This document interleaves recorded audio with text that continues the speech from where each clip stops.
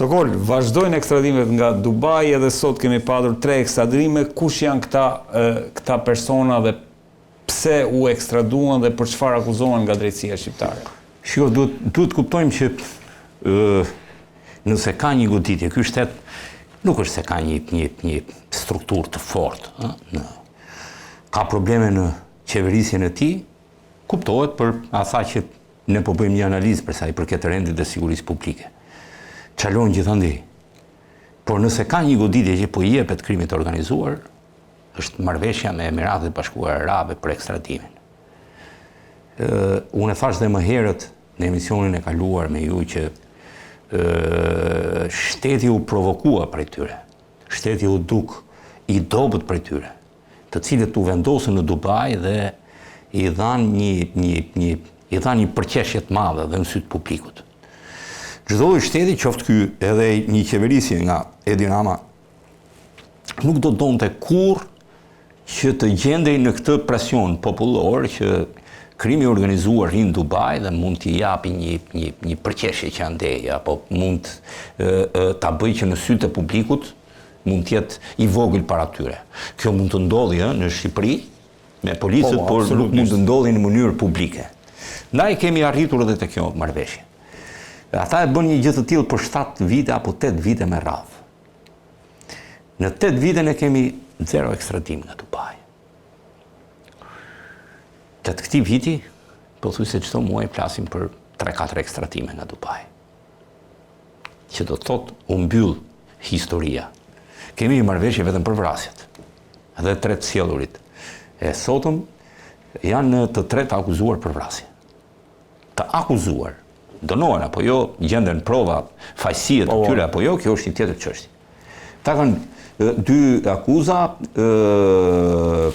kanë akuzën e vrasjes me paramendim, e krijimit të kushteve për të kryer vrasje, dhe të 3 kanë qenë pjesë e një bashkëpunimi me personazhin e kohës, që është Talo Çela.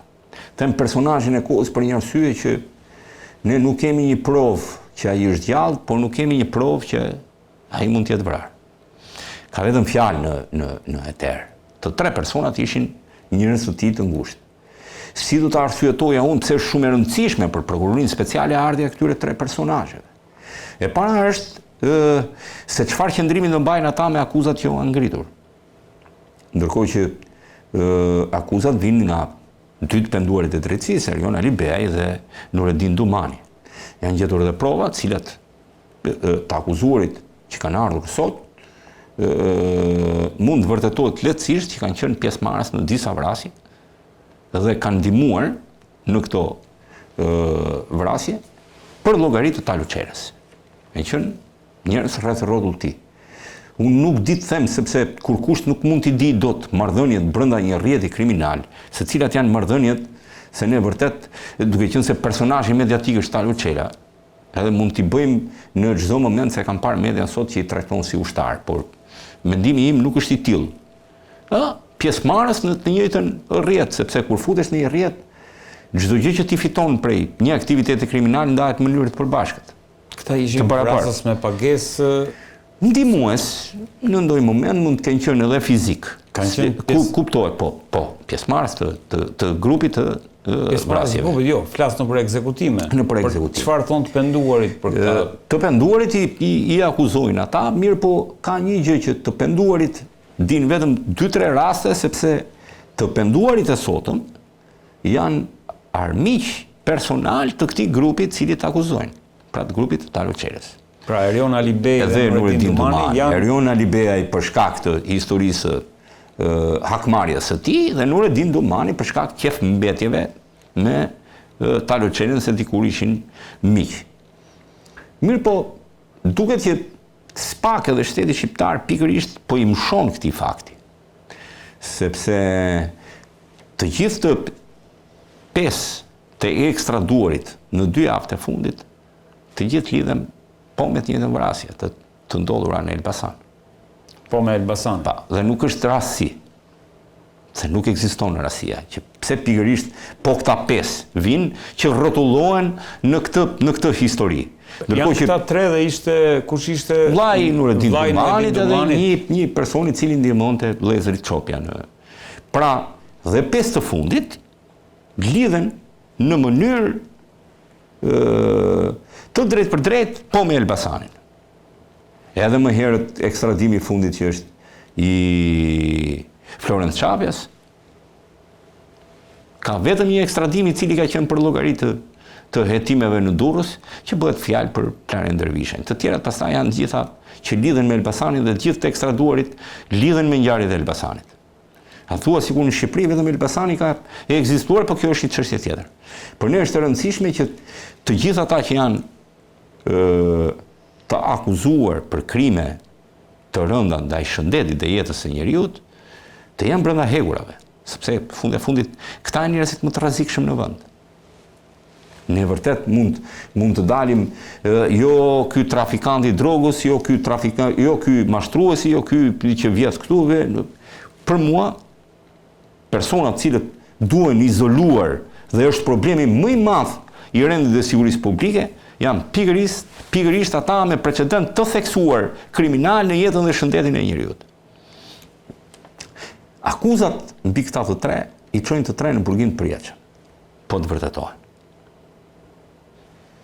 Janë të tre për burgim përjetshëm. Po, në akuzat që janë ngritur. Po të vërtetohen, sepse kanë vrasje dhe krijim kushtesh për të kryer vrasje në kuadër të një grupi kriminal, të strukturuar kriminal. Për çfarë vrasjesh bëhet fjalë? Po janë disa në të ndodhura në territorin e Elbasanit, kryesisht me familjarët e Erion Alibejt. Aty ku ka marrë përsipër Talo Çela të kryej krimet e tij. Kështu që duhet ta kanë vërtet domethënë punën pisk me drejtsinë. Dhe kjo është tani interesante të dim sepse të dy të penduarit e drejtësisë, ata që kanë marrë në dispozicion SPAK, janë në të njëjtin krah. A do mundet SPAK që të krijojë ndonjë në krahun tjetër, pra atë që këta nuk dinë. Do një të penduar në krahun tjetër. Sepse deri tani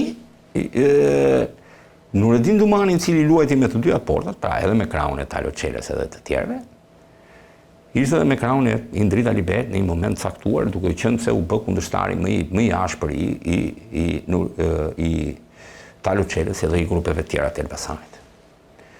Mirë, po gjatë kësaj periudhe, grupet e tjera kishin dhe ata aktivitet kriminal, dhe të arrestuarit dhe të sjellërit nga Dubai sotëm janë kundërshtarët e tyre direkt. Pra do përballen drejt për drejt me Nureddin Dumanin edhe me Erion Alibejn, sepse ata janë akuzuesit e tyre kryesorë. Tani ka një gjë, mund të mos jenë të penduar të drejtësisë, se nuk mund t'i bësh dot, por varet se çfarë qëndrimi do mbajnë gjatë marrjes në pyetje dhe gjatë procesit gjyqësor që do nisi shumë shpejt, sepse janë të hetuar tashmë, dhe u nis procesi gjyqësor shumë shpejt, se çfarë pozicioni do mbajnë, sepse mund të mbash dhe një pozicion duke kërkuar lehtësi, duke pranuar fajin, dhe pa debatuar, se ka mënyra të ndryshme legjislacioni shqiptar për të dhënë lëshime në dënim. Kur ti je mohuz gjatë gjithë kohës ndaj akuzave, o deri pafajshëm o merr dënimin më të rëndë. Një nga dy është. Një nga dy. Nëse mbani një qëndrim duke kërkuar pranimin e fajit, duke kërkuar gjykim të shpejtuar, që tu një tretën e tjerë, besoj që te ky grup do ketë të tillë për të arritur, për të shmangur përkimin e përjetshëm. Sepse të gjithë kanë një moshë të re. Një moshë të re, mirë po me ligjin e ri shqiptar, nëse dënohesh me përkim të përjetshëm, ke të drejtën për të kërkuar lirim me kusht vetëm pas 35 vjetësh. Pas 25 vjetësh kanë vetëm të drejtën ata që janë dënuar me burgim të përjetshëm përpara vitit 2012. Jo 2012, 2014 mos e ka bojnë ndryshimet e ligjit, e kodit penal. kur ne e quajtëm i ikëm burgimit përjetshëm që e quajtëm pas 25 vjet, po e bëm me 35 vjet. Pra i shtuam 10 vjet në logjikë. Sokol, një pyetje se a ishe konstatim, domethënë, interesant fakti që të gjithë janë nga Elbasani, po të bën përshtypje edhe që shumica e atyre që ndodhen në Dubai janë nga Elbasani. Dhe të mendosh që ka një kosto të jashtëzakonshme të jetesës, jo të gjithë. Nuk po ecin punët mirë. Jo të gjithë mund të drejtojnë trafiqe droge nga Dubai. Shumë pak persona po arrin të jenë suksesshëm. Një pjesë po lodhen dhe po tërzohen vetë për shkak të mos përballimit do të kostos në Dubai. Është kjo fati që po i krijon lehtësi marrëveshjes shqiptare. Dubai është në muaj në jetesën më të ulët, domethënë, me kostoja mujore është diku te 20-30.000 euro, po me jetesën më të lirë. Jo me jetesën mujore, domethënë me jetesën më të lirë. Pra, që si çdo shtet të shkosh në supermarket, ku ndryshimi i çmimit është shumë i madh, që të kesh shtëpi me qira dhe jo hotel, se ka ndryshime të mëdha. Kush rrin në hotel është jetesë shumë e shtrenjtë. E kush rrin në shtëpi me qira që mund ta marrësh në një periferi të qytetit, normale fillon dhe ulet kosto i jetesës, mund të shkojë edhe 15 apo 20 në muaj. Por është kosto vërtet e lartë. Të tre lidhen me Taloçelën. A mundet që rikthimi i tyre në Shqipëri të zbardhë edhe fatin e Taloçelës? Besoj se po. Nëse 3 personat e sjell nuk kanë patur kohët e fundit ndonjë kontakt me Taloçelën, atëherë mund të mendojmë që mund të jetë se këta ishin njerëzit më të afërt, gjithë janë larguar, disa janë vrarë nga Dumani dhe këta kanë mbetur dhe ka zero mundësi që të mos i ketë kontaktuar këta 3 persona nëse ai është gjallë. Pra mund. Nuk mundet. Se tani sido që tjetë njerëzit e tu do t'i kontaktosh. Janë besnik apo jo është një tjetër histori. Se sa beson ti në besnikërinë e tyre. E qartë. Pra kjo është ka një mundësi. Ndërkohë, po. Mos ta nashkalojmë dhe faktin që nga Dubai do ekstradohen ata që për momentin nuk kanë avokat fort atje. Se në çdo shtet si në Shqipëri, avokatët ndryshojnë, dhe si ndryshojnë. Avokati më i mirë do bëjt çmos që ti të mos ekstradohesh kurrë, po patë para. Dhe ti jesh për vrasje. Sepse di teknikalitetet të ligjit ka ndryshim në atë. Kush mbrohet me një avokat të dorës dytë atje, do ekstradohet, se është kjo. Paraja vlen kudo.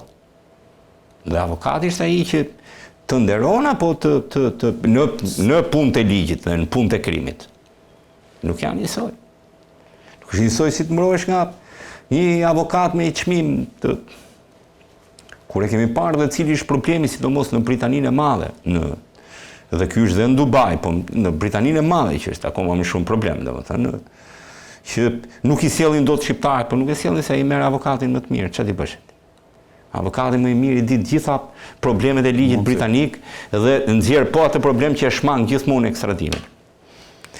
Se varet me këtë, që ta mbyll gjithë këtë histori, domethënë për të dalë në ekzistencën e Taloçelës, do thosha që Amerika, Shtetet Bashkuara të Amerikës i ka ligjin më të fortë dhe ka dhe dënimin me vdekje.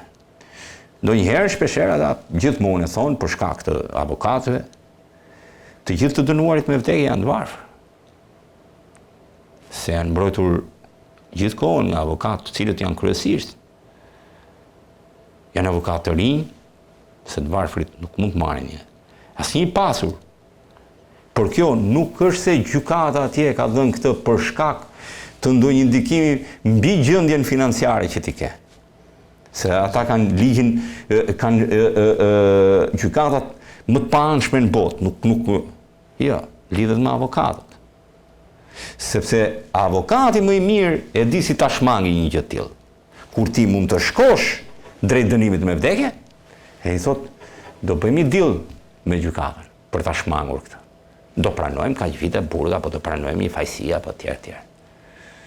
Avokati ishte ai që në botë prevalon I miri dhe I dopti.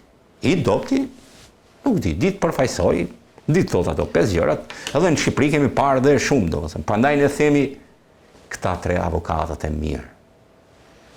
Nuk janë këta 3 avokatët e mirë, janë këta që njohin ligjin më mirë dhe nuk të lejnë të dënohesh më shumë se të tjerët, dinë të çarat e ligjit dhe procedurat. Sokol, sa shanse dhe sa mundësi ka që bashkë me këta në Dubai të ketë qenë dhe Taro Çela?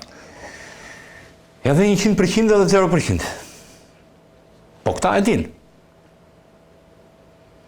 A mundet mbijetosh në Dubai me domthonë I pa identifikuar në kuptimin e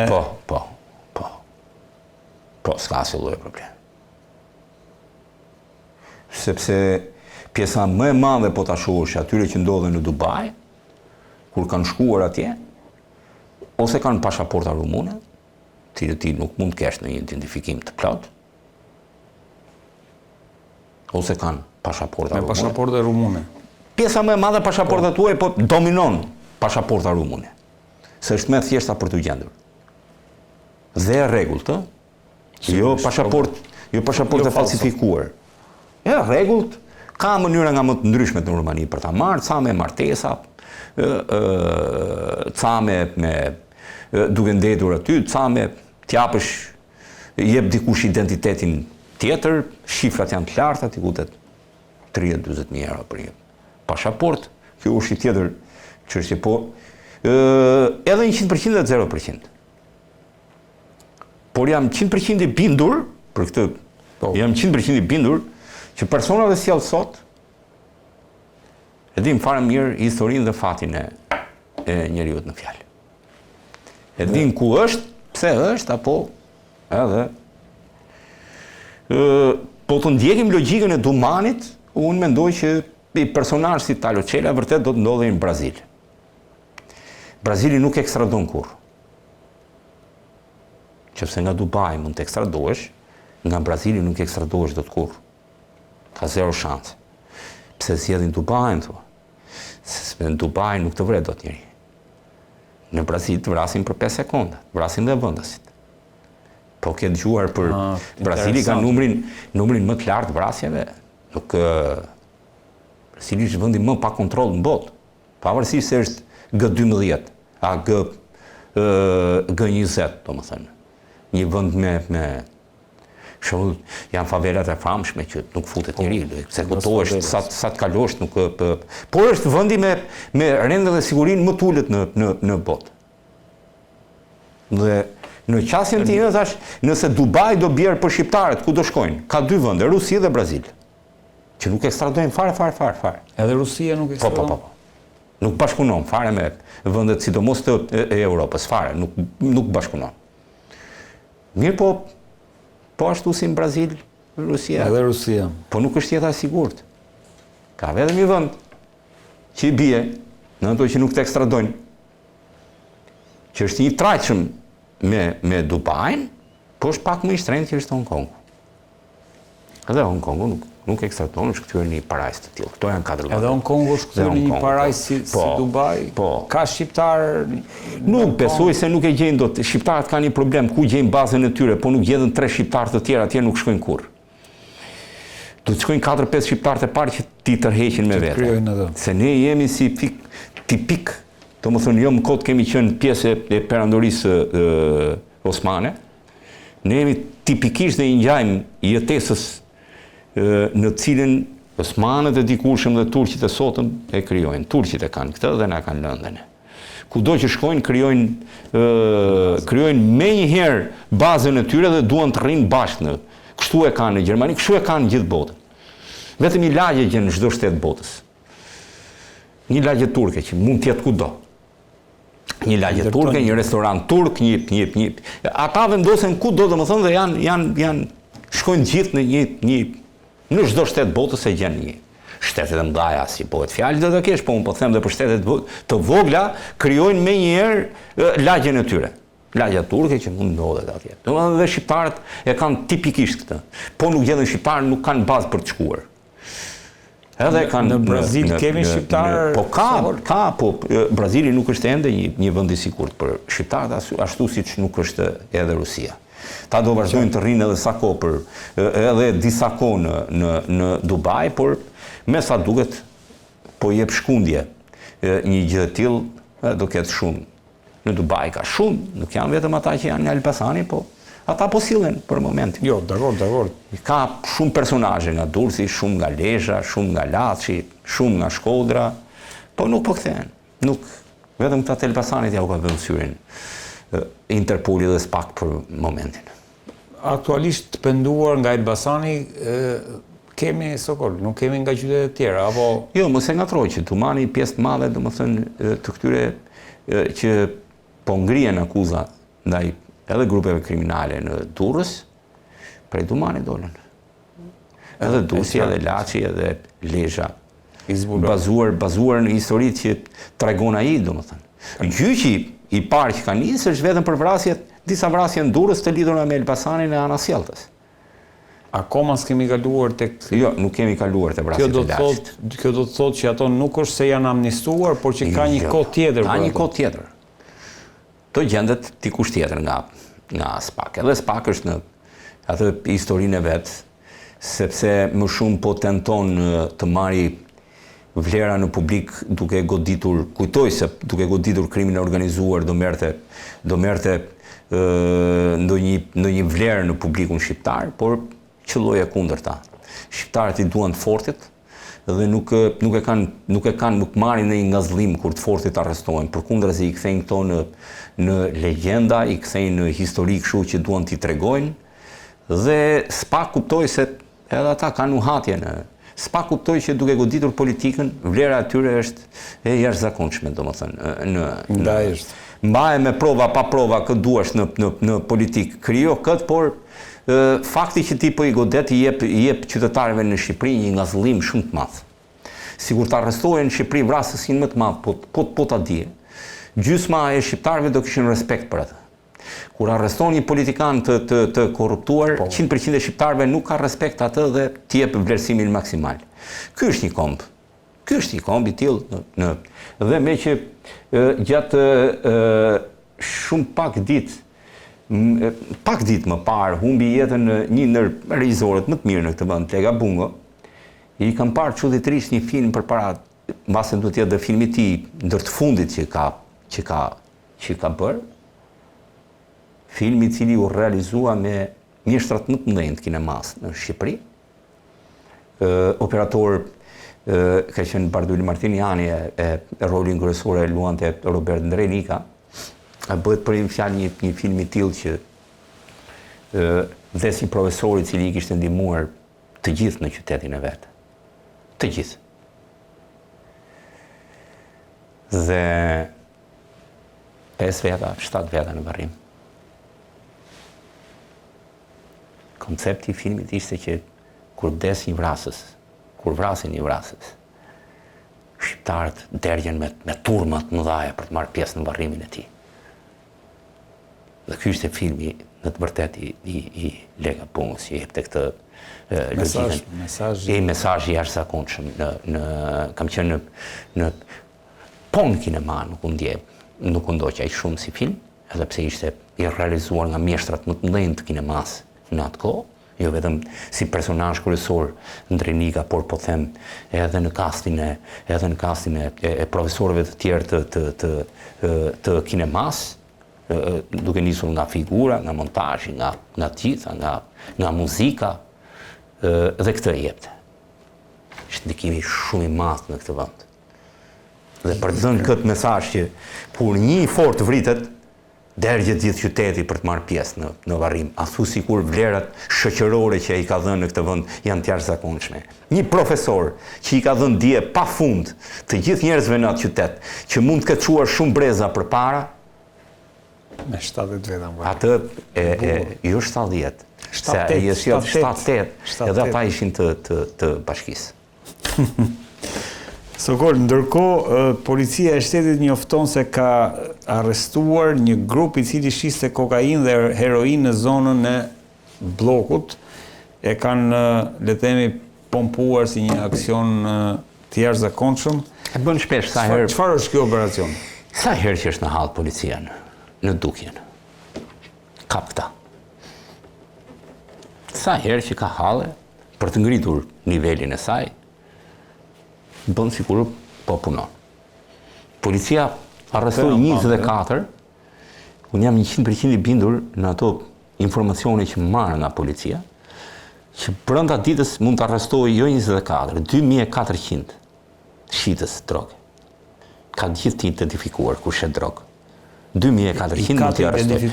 Po, të gjithë. Të gjithë, i kanë vëzhgim në. Dhe i ruan për i ditë keqe, si thonë ata. I ditë keqe? I ditë keqe si kjo që po shahet që po bën policia në 1, 2, 3, 4, do më thënë, dhe deli ditë edhe për të marrë vëmendjen e publikut, arrestoni 24. Po i raj qik vëmendja, arrestoni 100 javën tjetër, mëse ki mërak, se i ditë gjithë kush janë. E ka informacion. Ka është, inteligenca policore është nivele të mira. Ndryshe nga jo polici që ne kemi në rrugë. Pra grupi si ty po thua Sokol ka pa fund? Pa fund. 2400 më arreston, çdo ditë po thoj. I ka gjitha informacione. Në këto nivele është shpërndarja e drogës? Po, ka një hartë të mirë, një hartë digitale, cilët e kemi në bashkëpunim me policitë ndërkombëtare, kanë punuar edhe ekspertët vendas.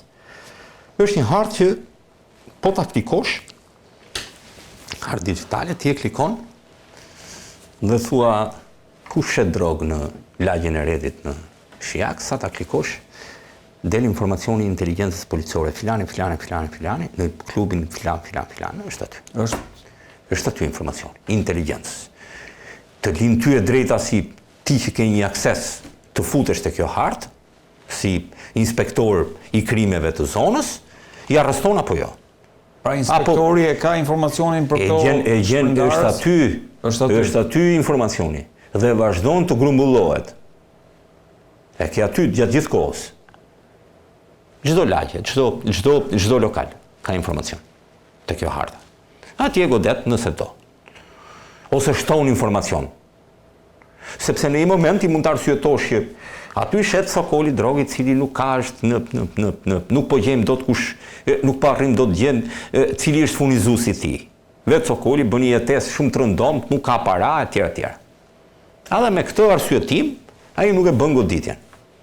Ama në një moment që mendon që po e godas tani se mund të ma japi, duke e gjendur në një pozicion të keq, mund të ma japi se cili është furnizuesi i tij.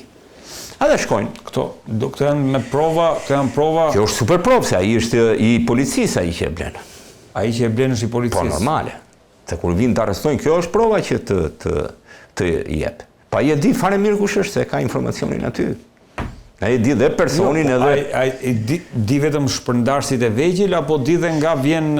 Se kjo është çështja. Po ky është në këtë... interesant, se këtë shumë. Tani, unë nuk e di deri ku shkon ai informacioni, se nuk është se kam akses të kjo harta. Di vetëm ekzistencën e hartës, por nuk e di tamam, do më thënë, në ato që mund të më kenë treguar në lidhje me hartën, që ndodhet 1, 2, 3, 4, do më thënë, është atje në Ja dhe leket edhe ai e di fare mirë kush është personi, domethënë se din që merret me këtë punë.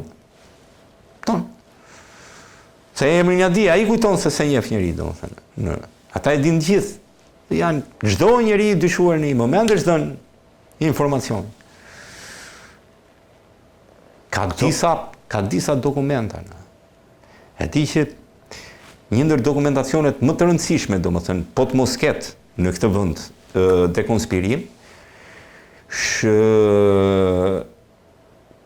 merret nga policia rrugore, që është numri 1. Ai është syri dhe veshi i policisë në rrugë.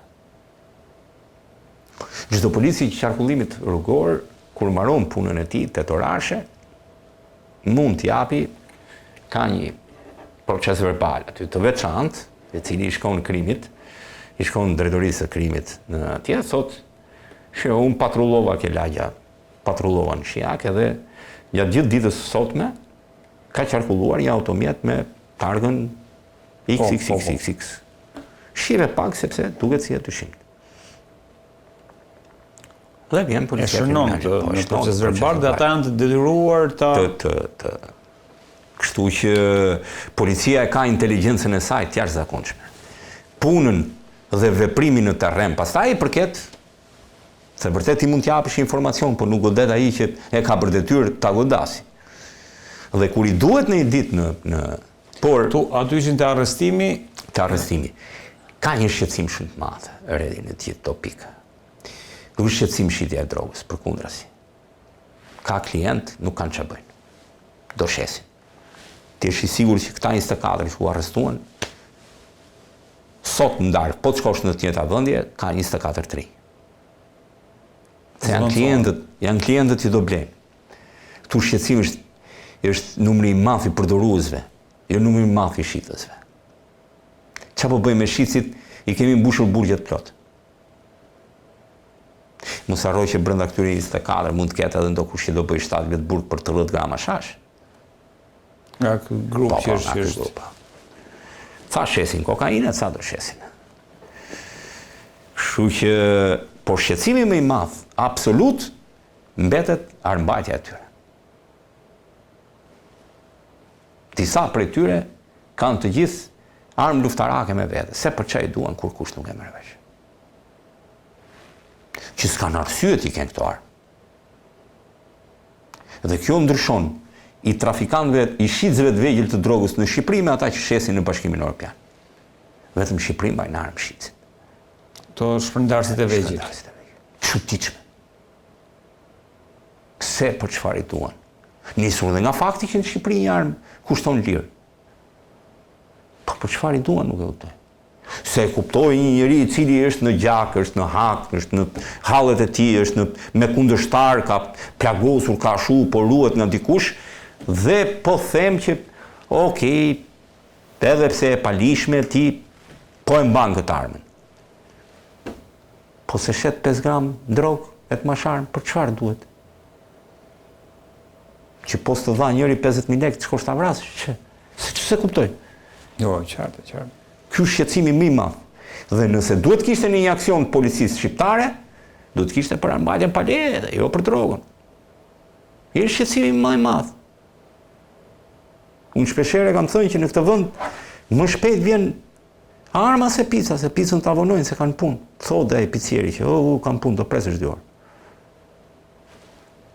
Është për shqetësuese armbajtja pa leje në këtë vend. Është shqetësim shumë i madh dhe real. Ku po shkon gjëja, Sokol, sepse kjo gjë ti në degradim të plot shoqërisë, kaq. Në degradim të plot. Do të thënë, unë nuk jam nga ata që i hy historisë së ngritjes së tezave të cilat nuk mund djesh prova kur ti i ngre, por me pa aftësinë e ti elita politike në këtë vend, ose me dashje apo me keq dashje, këtë nuk di ta them, si fillim shkatroi sistemin arsimor në këtë vend, i cili është zhbër komplet sistemi arsimor, dhe mbi të gjitha me universitetet private, cilat pa prezencë fare diplomuan 80% të shqiptarëve, e shkatruan sistemin arsimor në logjikën e vet, dhe dëmi më i madh shoqërisë pas sistemit arsimor është drogimi i tharë trurit gjithve, nuk mendojnë më.